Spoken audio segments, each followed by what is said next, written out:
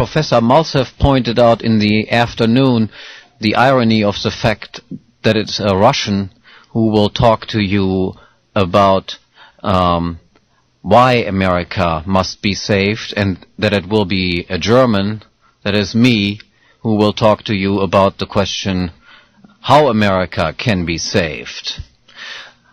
I do not know whether it is justified to ask a German to answer this question, given the fact that Germans in the 20th century have not proved to have too much in terms of strategic savvy, having lost all wars, so to speak, but I will try my very best. My speech has three parts. First, I want to present a diagnosis. What has happened in the 20th century and where are we? My second part of the speech will be rather brief and will address what is our goal, where do we want to go. And the third part of the speech will concern the question of strategy. That is, how can we move from here, where we are, to there, that is, where we want to go. Now let me begin with the diagnosis. And for that, let's go back about 100 years and ask the question, what did the Western world look like then, 100 years ago? And let me give you some quotes, first from a British historian, A.J.P. Taylor, who describes pre-World War I Europe in the following way. A man could travel across the length and breadth of the continent without a passport until he reached the frontiers of Russia or the Ottoman Empire. He could settle in a foreign country for work or leisure without legal formalities, except occasionally some health requirements. Every currency was as good as gold. Nearly everywhere men could be sure of reasonably fair treatment in the courts of law. No one was killed for religious reasons. No one was killed for political reasons, despite the somewhat synthetic bitterness often shown in political disputes. Private property was everywhere secure. Now, second, a quote from John Maynard Keynes, not exactly one of my more favorite economists, but even those people sometimes, once in a while, say something correct. So Keynes, about this same period of pre-World War I Europe. The inhabitant of London could order by telephone, sipping his morning tea in bed, this applies more to Keynes than most other people, the various products of the whole earth in such quantity as he might see fit, and reasonably expect their early delivery upon his doorsteps. He could at the same moment and by the same means adventure his wealth in the natural resources and new enterprises of any quarter of the world and share, without exertion or even trouble, in their prospective fruits and advantages. Or he could decide to couple the security of his fortunes with the good faith of the townspeople of any substantial municipality in any continent that fancy or information might recommend.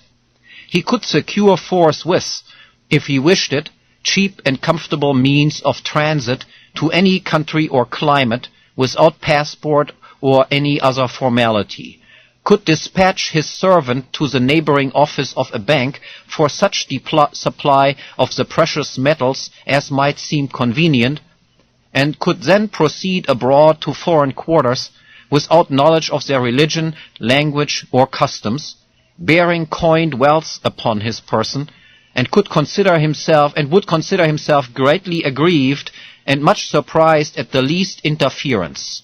But, most important of all, he regarded this state of affairs as normal, certain, and permanent, except in the direction of further improvement, and any deviation from it as aberrant, scandalous, and avoidable. And third, now a quote from the economic historian Robert Higgs, who is also associated with the Mises Institute, regarding in particular the situation in the United States at this time. He writes, "The average American could go about his daily business hardly aware of the existence of government, especially the federal government. As farmer, merchant, or manufacturer, he could decide what, how, when, and where to produce and sell his goods, constrained by little more than market forces. Just think, no farm subsidies, price supports, or acreage controls. No Federal Trade Commission, no antitrust laws, no Interstate Commerce Commission. As an employer, employee, consumer, investor, lender, borrower, student, or teacher, he could proceed largely according to his own lights. Just think, no national labor relations board, no federal consumer protection laws, no Securities and Exchange Commission, no Equal Employment Opportunity Commission, no Department of Health and Human Services. Lacking a central bank to issue national paper currency, people commonly used gold coins to make purchases. There were no general sales taxes, no social security taxes, no income taxes. Though governmental officials were as corrupt then as now, maybe even more so, they had vastly less to be corrupt with. Private citizens spent about 15 times more than all governments combined." Now, after these quotes, let me also add a few illustrative statistics to round out the picture regarding the late 19th century. Government expenditure on all levels of government was typically less than 10% of gross national product. Government employment was around 2% of the total labor force. Interest rates then were below 2.5%. The purchasing power of money gradually increased from year to year. Families were strong and large, given that they constituted the basic unit of social life, responsible for personal welfare and security. And wars, with the exception of the War of Southern Independence, were limited and not ideologically but territorially motivated, and comparatively civil in that a clear-cut distinction between combatants and non-combatants was respected, and civil life, including international travel and commerce, went on almost uninterruptedly during the course of the war. Now, all of this is not to say that things were perfect then. There were plenty of reasons to be worried, especially if one was a classical liberal. In the course of the last third of the 19th century, some ominous events and developments had taken place. Political centralization had sharply increased with the unification by way of military aggression and war of Italy and Germany in Europe, and in the United States with the so-called Civil War. And all across Europe, as well as in the United States, especially after the Civil War, the franchise had been successively expanded. From almost no one can vote except the very wealthiest property owners, to every male adult can vote, regardless of his status as a property owner. As a consequence, the strengths of socialist egalitarian parties and movements increased, while the influence of liberal parties and proponents of classical liberalism continually declined, and liberalism itself was increasingly transformed into a social liberalism. Moreover, by the end of the 19th century, and that was a reflection of the combined ideological forces of nationalism and social egalitarianism, at the end of the 19th century, almost all governments had begun, however limited and restricted this was initially, to introduce some forms of social security legislation.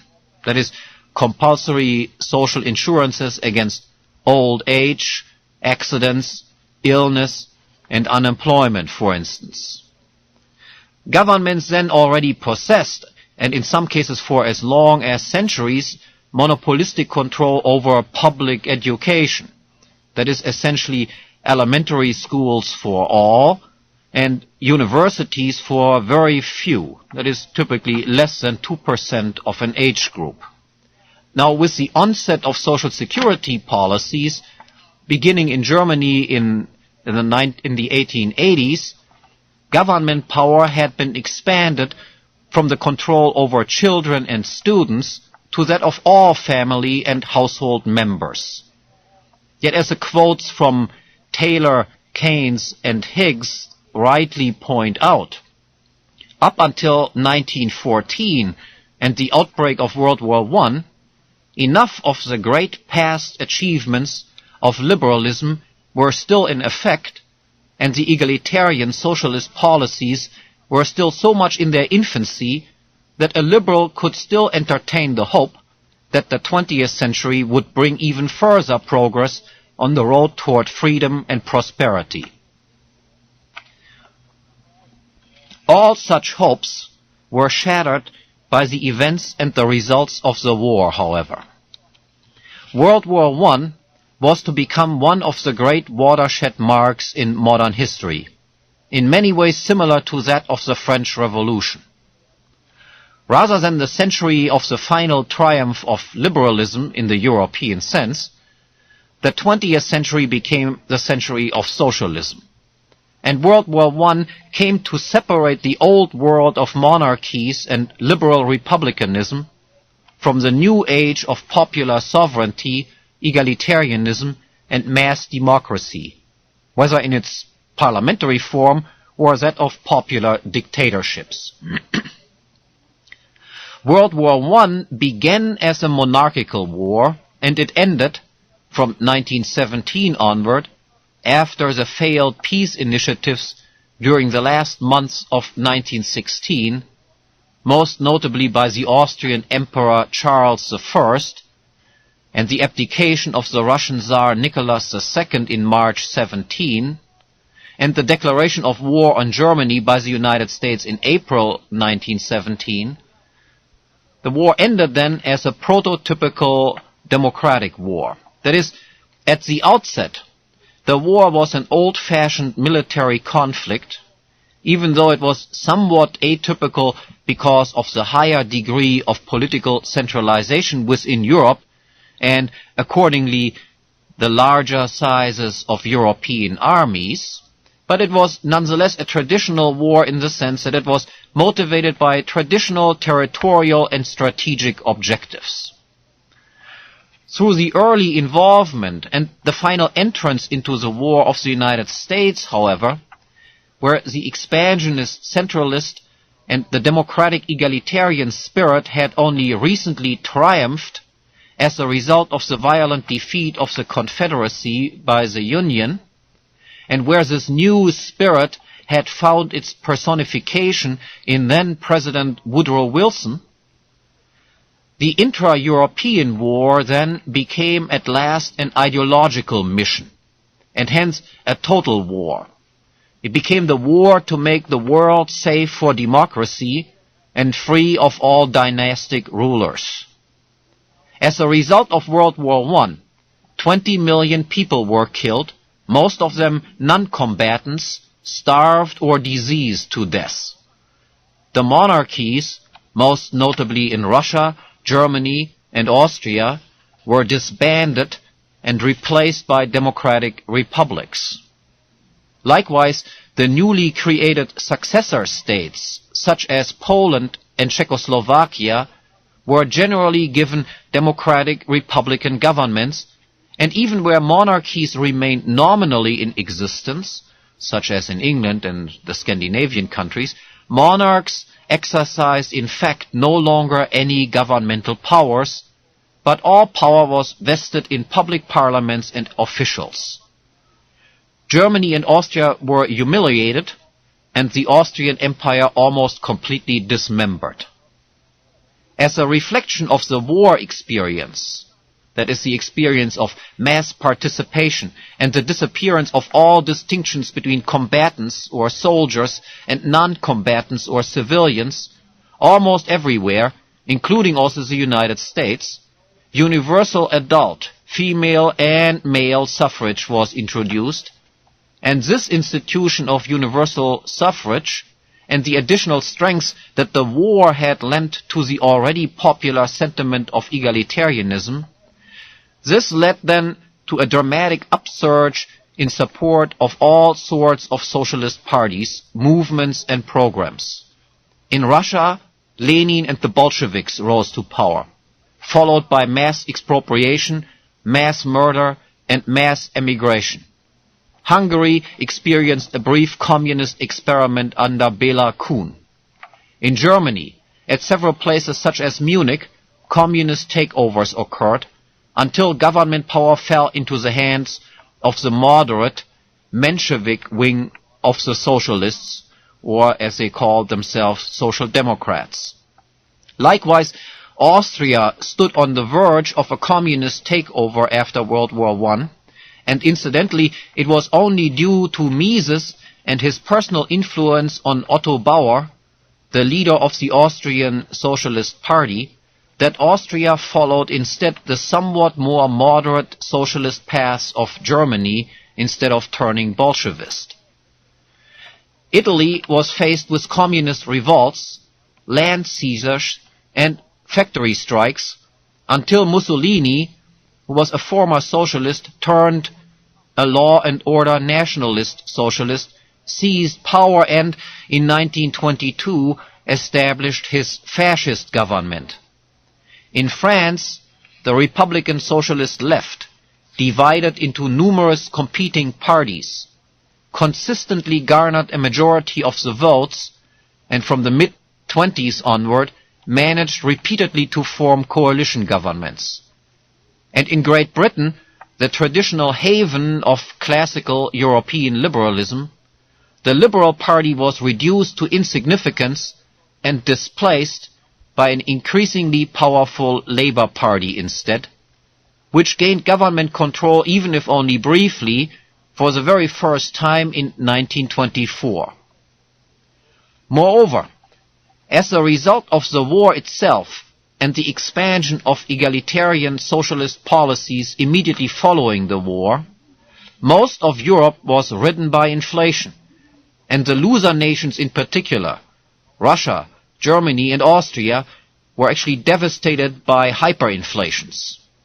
In Austria, and even more so in Germany, an entire generation of savers was financially ruined, causing an enormous wealth transfer from typically small savers and creditors to typically big investors and debtors, and escalating tensions and animosities directed against war profiteers and speculators, many of whom happened to be Jewish.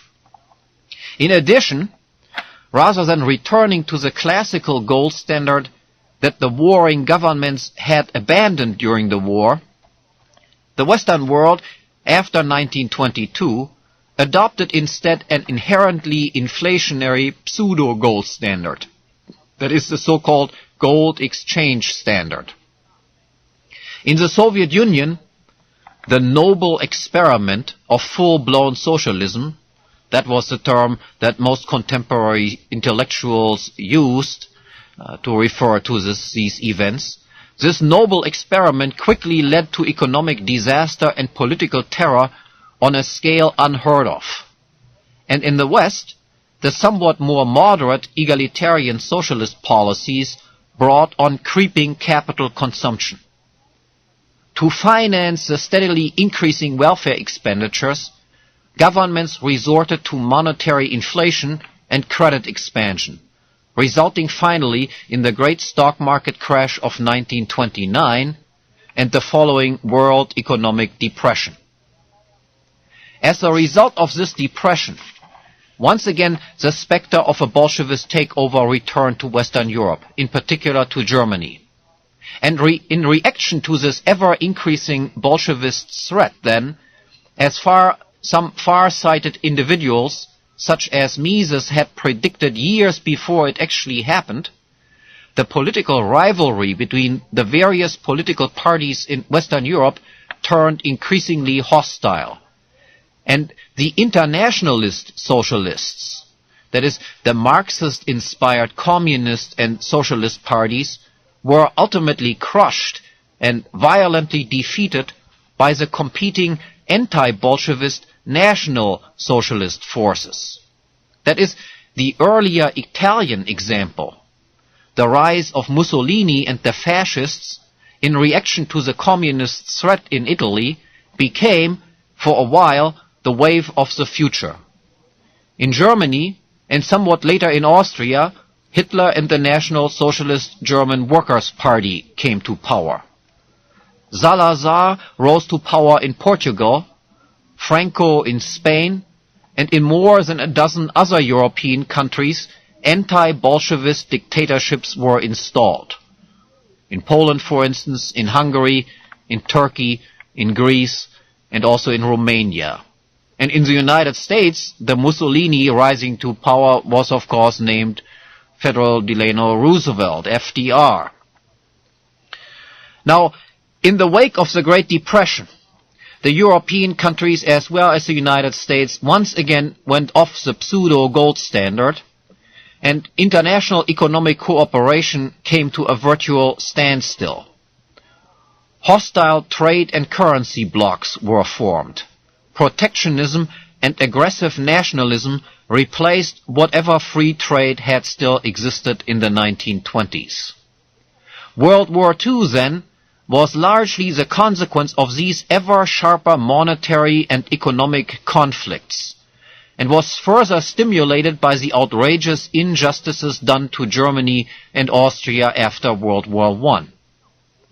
World War II, and we are still about to learn the full truth of World War II, which is only coming out now slowly. For instance, that Stalin had actually prepared an attack on Western Europe and was only, to his own surprise, prevented from launching his attack by the German invasion of Russia, which preceded his own planned attack on Western Europe by just a few weeks. Now, World War II, about which there is still plenty of things to learn, and ended due to the close collaboration of Roosevelt and his administration with Stalin, with the spreading of Bolshevism all across Eastern Europe, and indeed all the way into the very heart of Central Europe. The war itself had cost about 40 million casualties, mostly against civilians. As a result of the communist takeover of Eastern Europe, millions more were killed immediately afterwards. Mass expropriation and mass expulsions and emigrations followed. And all of Eastern Europe, until the final collapse of the evil empire in the late 1980s, suffered unspeakable economic destruction and devastation. Once civilized countries became huge prisoners' camps with living standards of or even below those of third world countries. All the while, Western intellectuals, of course, had nothing else to do but praise the beauty and justice of socialism. In Western Europe, in West Germany, Austria, Italy, and France in particular, Western Europe once again stood on the verge of a communist takeover as well. Not the least due to some lucky circumstances, however, that is, a few great men at the right time and at the right place, these countries, as well as the United States, ultimately turned toward moderate socialism, that is, toward social democracy as the most enduring form of socialism, which is with us to this very day. In Western Europe and the United States, the governments did not resort to terror or engage in an outright expropriation of the owners of private property, to be sure. Instead, they engaged in creeping socialism, in creeping expropriation, and in creeping destruction of civilization.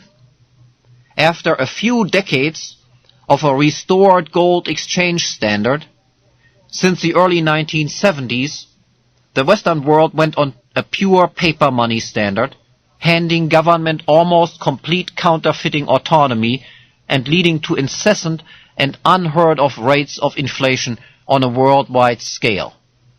Social democracy led to ever-increasing taxes, such that today government expenditures make up everywhere between 40 and 60% of gross national product.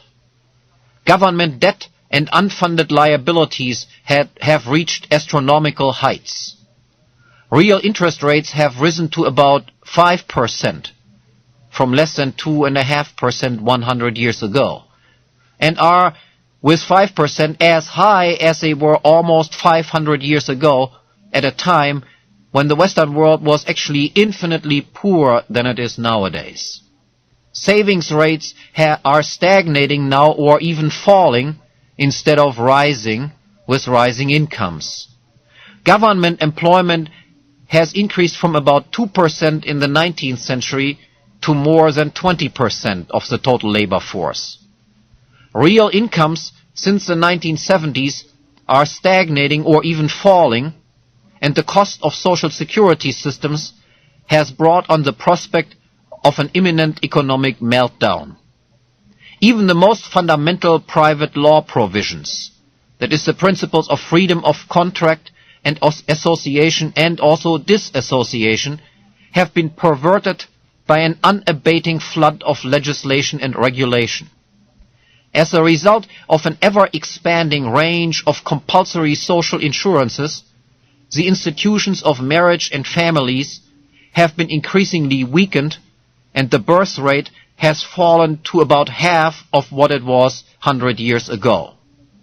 At the same time, the rates of divorce, illegitimacy, single parenthood, singledom, and abortion have steadily increased. Structural unemployment has been constantly increasing.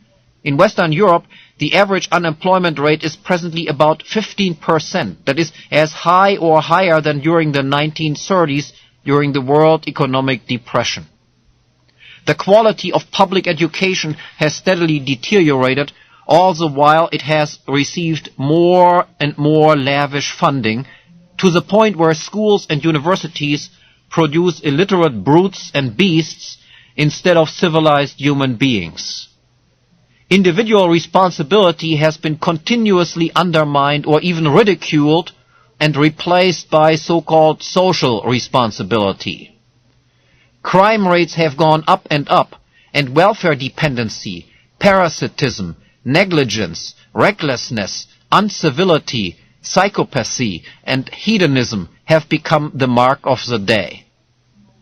19th century free trade has given way to managed trade and intergovernmental trade arrangements such as the European Community and NAFTA, the North American Free Trade Agreement, the so-called North American Free Trade Agreement, which have upwardly harmonized the tax and regulation structure in Europe and in North America, and have thus helped to reduce international competition and actually strengthened the mutual dependency of big business and multinational corporations and big government, all of course at the expense of weakening or even destroying small government unconnected businesses. All the while, the crusade, begun with World War I, of making the world safe for democracy goes on and on and on, and the more arrogantly so, the more futile and disastrous its results are. Now, this then is where we are today, at the end of the 20th century. After this diagnosis, I want to turn to the second question I want to raise. It is, where do we want to go? What are our goals? This question can be answered relatively quickly. What we, that is, the Mises Institute and those associated with it, what we want has been explained by Mises, the Institute's patron saint, and by Murray Rothbard, Mises's most important student and intellectual heir and successor. What we want is a society that is based on the recognition of a few very fundamental rules. These rules are: every person owns his own physical body, as well as all nature-given goods which he has put to use with the help of his body before anyone else does.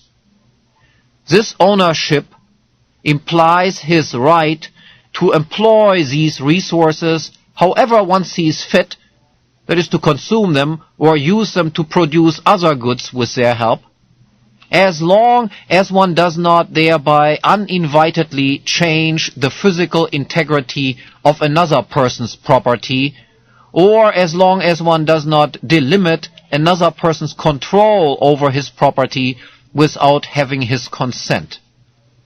In particular, once a good has been first appropriated or homesteaded by someone, or has been produced by someone in combining his labor and some homesteaded goods, then ownership in such a good can only be acquired by means of a voluntary or contractual transfer of its property title from a previous to a later owner. These rights of a person are absolute. Any person's infringement on them is subject to lawful prosecution by the victim of this infringement or by his agent, and is then actionable in accordance with the principles of strict liability and the proportionality of punishment. In other words, we want a society based on the recognition of private property, of freedom of contract and association, as well as, of course, the freedom not to contract and not to associate if we so desire, and, of course, of strict personal responsibility for one's own actions and of punishment of irresponsible behavior. Accordingly, we reject all compulsory wealth and income redistribution, that is, robbing Peter to give to Paul. We oppose all forms of compulsory social insurances as undermining individual responsibility. Taking care of the unfortunate or helpless is the task of families and of voluntary charity such as churches, both of which will be destroyed by any form of compulsory insurance. We oppose all public, that is, tax-funded education.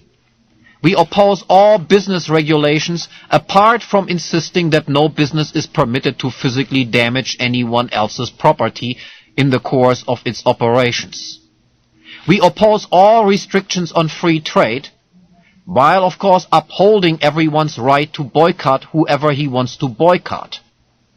We reject all forms of anti-discrimination laws or so-called civil rights legislation.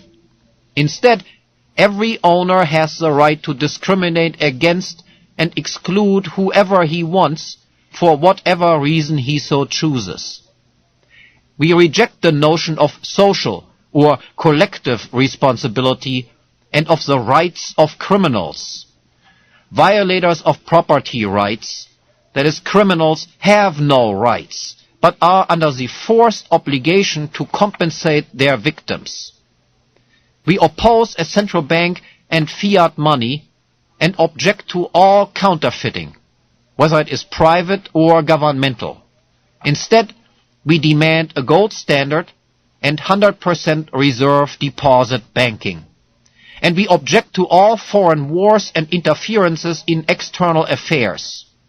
If a government has any task at all, it is nothing else and nothing more than to protect private property and the rights of private property owners against internal and external assaults and aggressions, and to crack down on those who do not know how to behave, that is, the aggressors and the assaulters.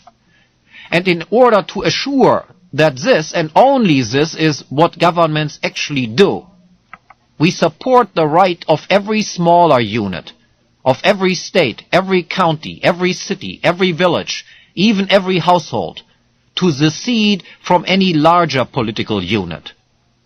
For the smaller a political unit is, and the more inter-regional competition exists between different political units, the less likely is it that any government will be able to abuse its power. Now, lastly, after the question of where we are and where we want to go, lastly comes the most difficult question. How to go from here to there. In the mid-19th century, a program such as the one that I just outlined would have been considered a program of liberal reform, and Mises and Rothbard, for instance, would have been regarded as nothing more than radical reformers. Indeed, many, if not most of their demands would have found widespread acceptance and been regarded as a matter of course. Today, less than 1.5 centuries later, the same program cannot but appear revolutionary, and Mises and Rothbard and the Mises Institute that promotes their ideas are considered intellectual dinosaurs or dangerous reactionaries or counter-revolutionaries wanting, so to speak, to repeal the entire 20th century and then go on from there. Now, mustn't then what we, that is those associated with the Mises Institute, want to accomplish be considered hopelessly unrealistic and futile or even foolishly naive? Isn't a revolution such as we want to bring it about impossible? Let me explain why I am convinced that these questions must be answered in the negative. That is why we have some reason to be optimistic. First off, it should be noticed that what we see in front of our very own eyes, that is, social democracy and welfare warfare statism, is itself the result of a revolution.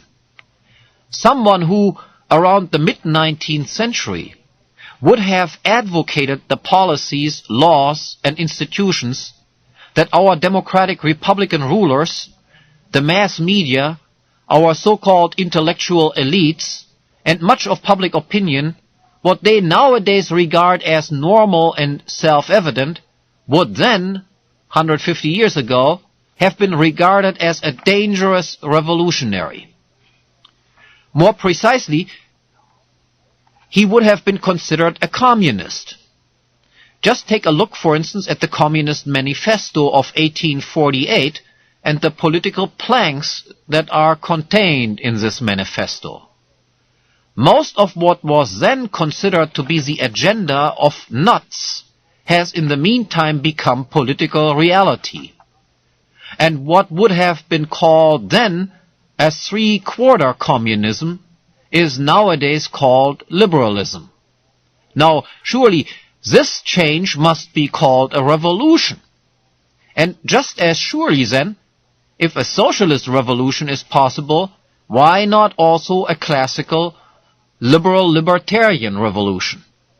Now, indeed, as Murray Rothbard has shown in his historical writings, the original American Revolution was, to a large extent, a classical liberal libertarian revolution. And such a thing then that has happened in the past can hardly be considered an impossibility. Nor, given their own history, should Americans be in any way afraid of the label revolutionary. Admittedly, however, things were different then, more than 200 years ago, than they are now. George III's rule could hardly be termed tyrannical, but the popular resentment against the excesses of government power could be directed against and fixed onto a real, tangible person, that is George III. Today, government power is nothing but tyrannical, but its exercise is impersonal and clouded in anonymity. For, after all, aren't we all ruling ourselves nowadays? Thus, then, in many respects, a revolution appears more difficult to bring about now than it was then. On the other hand, we have also learned something in the meantime, not least from the socialists. For even if we don't agree with or indeed detest the goals of the socialists, there is no way of denying that they must have been right in some respects. That is, in matters concerning to strategy and tactic of ideological movements. Otherwise, if they would not have been correct in that respect, how could they have succeeded and ride to triumph and leave the once powerful liberal movement in the dust? Now, in any case then, what are the prospects of a liberal libertarian revolution? Or, if you prefer to put it this way, what are the prospects of a counter-revolution? There are two conditions for a revolution. Indeed, for any revolution, whether good or bad. There is what we might call an objective condition, and there is a subjective condition for a revolution. The objective condition, which must be fulfilled, is the existence of a generally perceived crisis situation. That is, a lost war, a hyperinflation, or an economic depression, for instance. But also, and this is particularly important for our present situation in the United States as well as in Western Europe, but also a widening gap between economic aspirations and economic reality. That is, an increasing clash between expectations and a reality falling behind and disappointing and frustrating these expectations. Now, there can be little doubt that this condition is in fact fulfilled. Not only have we seen the East European socialism collapse like a house of cards before our very eyes. Here, at home, after some 70 years of ever-expanding statism, even the dullest of dullards have begun realizing that the present system is a failure. The reserve fund, the capital stock that we inherited from the past, is visibly exhausted, and even the spectacular advances in productivity can no longer compensate for the economic waste and destruction caused by our system of democratic socialism. On the average, real incomes have been stagnating or even falling since the early 1970s. The recognition has become ever more widespread that, rather than each successive generation being better off than their parents, and viewing this almost as something like a law of nature, people nowadays recognize that our children actually will be economically worse off than we are or our parents were. And more than 2/3 of all adults consider politicians and the political elite as corrupt, untrustworthy, and the cause rather than the solution to our problems. Thus we can say the objective conditions for a revolution are given, and they become better almost every day, because the welfare state will ultimately have to collapse just as socialism collapsed some years ago. What then about the second requirement, that is, the subjective conditions for revolution? In this respect, matters do not yet look quite as good or promising. But tremendous progress has been made in recent years. The subjective conditions can be broken down into two components. First, there must be an intellectual elite in place. That is, a cadre of full-time professional social thinkers, economists, philosophers, and historians, who have dedicated their lives to a common, shared goal. In this case, a liberal libertarian revolution. And this intellectual elite must have worked out and be able to supply the public not only with a coherent explanation as to the why, the causes of the generally perceived crisis situation, but in particular, they must be able to inspire the population with a vision and a comprehensive explanation of the viability and superiority of another alternative system as a solution to the perceived crisis.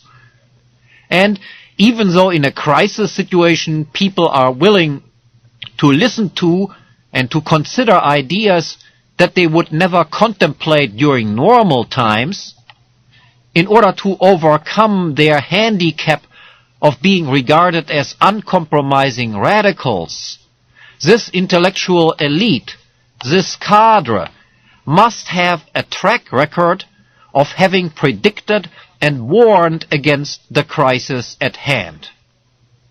I will return to this point in a second.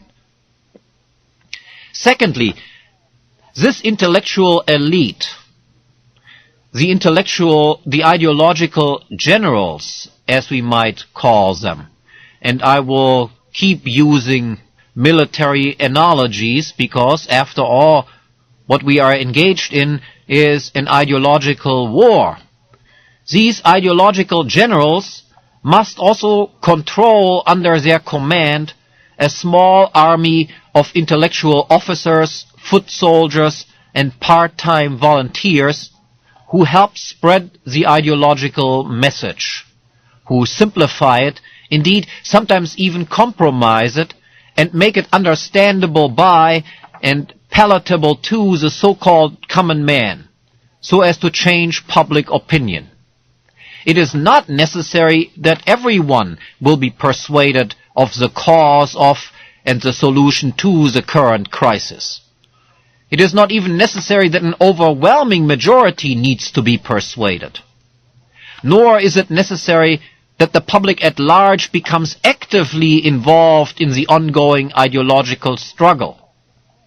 As soon as something approaching a majority of the adult population withdraws their current passive or resigned support of the government and begins to regard our democratic republican ruling elite as illegitimate and, even if only passively and silently, shifts support to the small group of liberal libertarian activists instead, a revolution then can no longer be stopped and the current social democratic tyranny will crumble and fall like a house of cards. All of this may sound rather theoretical and abstract. Let me then elaborate on both of these components of the subjective condition for a genuine social revolution and indicate where we are and what is still needed and how to overcome our current deficiencies. I will proceed in reverse order, beginning with the importance of public opinion for the maintenance or the breakdown of government power. The insight that all government power, whether monarchical government, democratic government, or dictatorial government, that all government power rests on the recognition of its rule by a majority of the population as legitimate and breaks down as soon as a majority stops regarding it as legitimate. This insight was first discovered by Etienne de la Boétie in the 16th century. It was then rediscovered by David Hume in the 18th century, and it was restated in our century, in particular by Ludwig von Mises and Murray Rothbard. Even the most ruthless dictators and despots must, in order to impose their will on their hapless subjects, rely on the voluntary cooperation of countless persons, and these cannot execute their activities, their deeds, without in turn relying on the voluntary support given to their actions by an even larger number of family, friends, neighbors, and bystanders. As soon as a majority of the public considers the dictator's orders illegitimate, truth of this fundamental insight, and to also recognize the implied insight that revolutions do not necessarily require much or even any violence, but can be completely peaceful revolutions. Just consider such events as the fall of the Shah regime in Iran, or more recently, the breakdown of the power of the communist government in the Soviet Union. Armed to the teeth, both governments fell from one day to the next. They gave orders to their soldiers to shoot and kill, but the soldiers simply did not execute these orders. They were afraid that they might get mistreated by their wives and girlfriends if they would come home. Now, we are still far away from the point where the President and the Congress are considered as illegitimate usurpers of power. But we have certainly reached the point where such a thing appears to be within reach. Indeed, we may be closer than you might think. For just consider this. There exists within the armed forces of the United States, in fact, within the special forces of the armed forces of the United States, that is, an elite group within our army, there exists within it a group called the resistors who, and now listen to this, claim to have learned their lesson from Menger, Böhm-Bawerk, Mises, and Rothbard, and who regard the government as unconstitutional and tyrannical. Hardly surprising, the government desperately tries to find out who these people are and wants to root them out. And yet, given what the very same government has done to ruin the military through affirmative action policies and the feminization of the military, can you have any doubt whatsoever that groups such as these resistors will actually find more and more support? Now, lastly, and in conclusion, back to the first component of the subjective condition and requirement for a genuine liberal libertarian revolution. That is, the intellectual generals, officers, and foot soldiers who can and must bring about the necessary and still unaccomplished total delegitimization of our tyrants and inspire the masses with a vision of a greater, better, free society. Again, as I try to make clear in a moment, much needs to be done in this respect too. But many basic requirements are already in place, and due to the Mises Institute and Lew Rockwell's heroic intellectual entrepreneurship, one cannot but again be highly optimistic about the prospects of a freedom revolution. First off, a few remarks about the unique character of the Mises Institute and why it is that if and when we will have a genuine social revolution, it can only be the Mises Institute which serves as its command center and its heart and soul. Put briefly, the reason for this is the undeniable fact that only the Mises Institute, dedicated to and building upon the work of the 20th century's two greatest economists and social philosophers, Ludwig von Mises and Murray Rothbard, that only the Mises Institute possesses a track record of fundamental, principled, and uncompromising opposition against the current system. Only Mises and Rothbard, and only their students associated with the Mises Institute, have a track record of having predicted from the very outset the inevitability of the collapse of Soviet-style socialism, as well as the current crisis and the impending collapse of Western-style welfare statism and social democracy.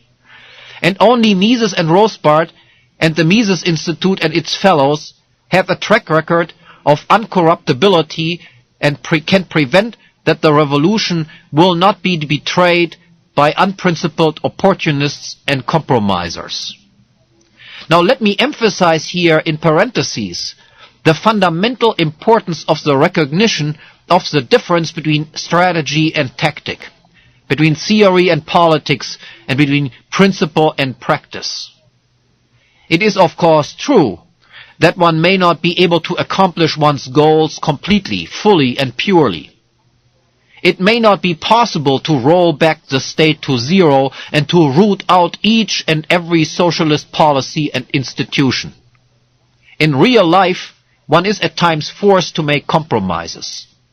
But this does not mean, and never should be taken to mean, that one must or should abandon or only dilute the purity of one's theory and principles and one's ultimate goals. Quite to the contrary. Only if one holds onto one's theory and principles no matter what, can it be assured that the necessary compromises that need to be made in real life will at least be consistent with the principles for which one fights, instead of compromising the principles itself. Put somewhat differently, we may only be able to roll back state expenditures to, let's say, 5% of gross national product. But we will only be able to do this if there is some voice out there that insists that they should be cut to zero. Or it is one thing to vote in favor of cutting taxes by 10% if there is not enough support to eliminate them altogether. It is quite a different thing to advocate a 10% tax cut as one's ultimate goal. Such a position, to advocate a 10% tax cut as one's ultimate goal, is not only theoretically inconsistent and incoherent, because it implies that there is nothing wrong with robbing people of the fruits of their own labor as such. Yet, if that is the case, how can one then convincingly argue that robbing 40% of someone's income is somehow bad, but taking only 30% is quite all right? In practice, any such compromising on the level of principle and theory will almost inevitably lead to no improvement at all, or even contribute to further decline. Compromise and moderation elevated to principle is a sure recipe for disaster. In fact, the current mess that we have in front of us is precisely the result of such misunderstood realism. That is, classical liberalism made all sorts of compromises that ended up producing the current mess. Just look, for instance, at such revolutionaries as Gingrich or Limbaugh. They want to pacify us by reducing the rate of increased socialism, and thus give the idea of a revolution, of course, a bad name. Or take the whole alphabet soup of so-called free market think tanks in the United States, with the sole exception, of course, of the Mises Institute. All of these so-called free market think tanks in the United States, all of them, without any exception, in the name of free trade and free markets, endorsed and supported NAFTA and GATT, both agreements that are through and through anti-free trade agreements. And all of these institutions then actually help to thoroughly discredit the entire idea of free trade. They smeared a good idea by associating a bad institution with it. Of course, all these institutions, all these free market think tanks were handsomely paid off for this treachery with millions of dollars in government dough, especially from the Mexican government. Now, there is then no other institution in the United States, or in the entire Western world for that matter, that can possibly ignite and carry on a true libertarian revolution except the Mises Institute, precisely because it is as radical and uncompromising, or as our enemies would say, as unrealistic as it is. But can we do it? Do we have the intellectual generals, officers and foot soldiers? And do we have a strategy of how to package our basic message so as to bring about a radical transformation in public opinion? Now, as far as the last part of this question is concerned, the question, do we have the right packaging for our message? I believe that we can say that due to the works of Mises and Rothbard, we are in almost perfect shape. We know the answer to practically all economic questions, and we are able to make the case for the economic superiority, indeed for the economic insurpassability of a pure private property society.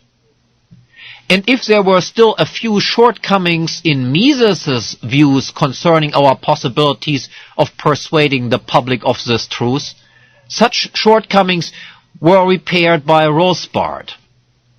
Mises himself was skeptical about the possibility of a rational ethic, and accordingly he believed that we had to rely exclusively on economic arguments in order to make the case for a liberal capitalist order.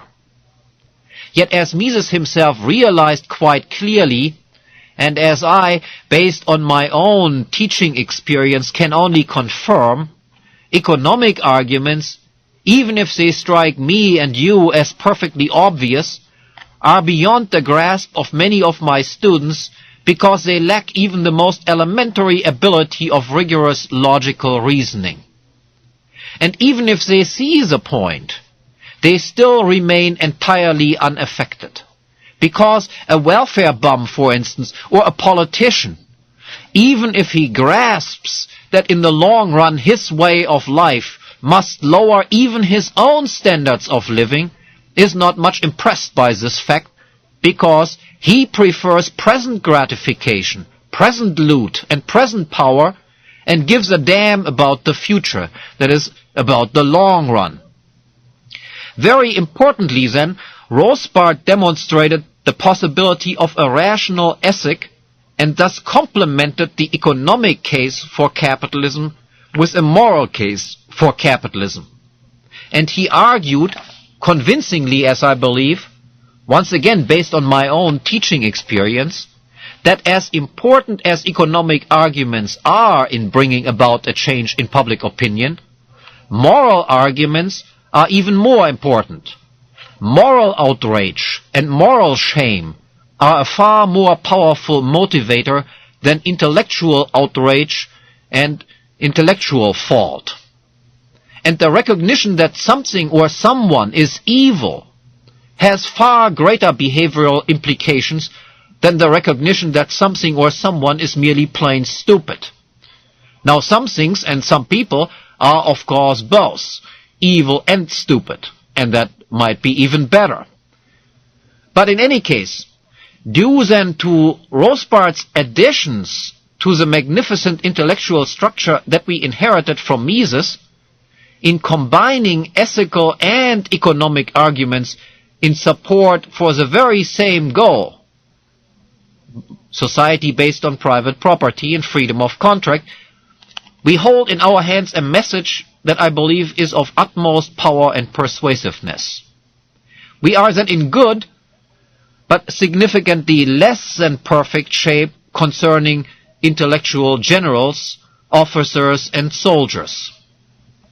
We have suffered a devastating blow last year with the death of Murray Rothbard, our supreme commander, 10-star general, generalissimo, duce, and Führer. But Murray has raised and trained quite a few, let's say, 4- and 3-star generals who are capable and willing, indeed burning, to carry on. And in Lew Rockwell, we possess a strategic genius of the highest caliber. Thanks to your help, the Mises Institute has also been able to produce numerous officers, some of them of the intellectual and motivational caliber of future generals. And you have seen some of those at this conference.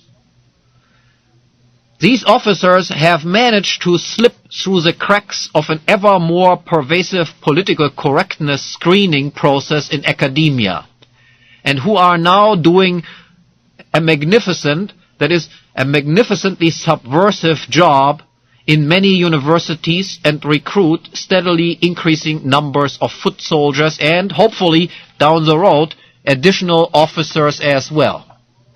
In fact, the first Austrian Scholars Conference 2 weeks ago in Auburn, with about 150 participants from 10 countries, was a wonderful and heartwarming display of the gains in strength that we have achieved in the course of the last decade.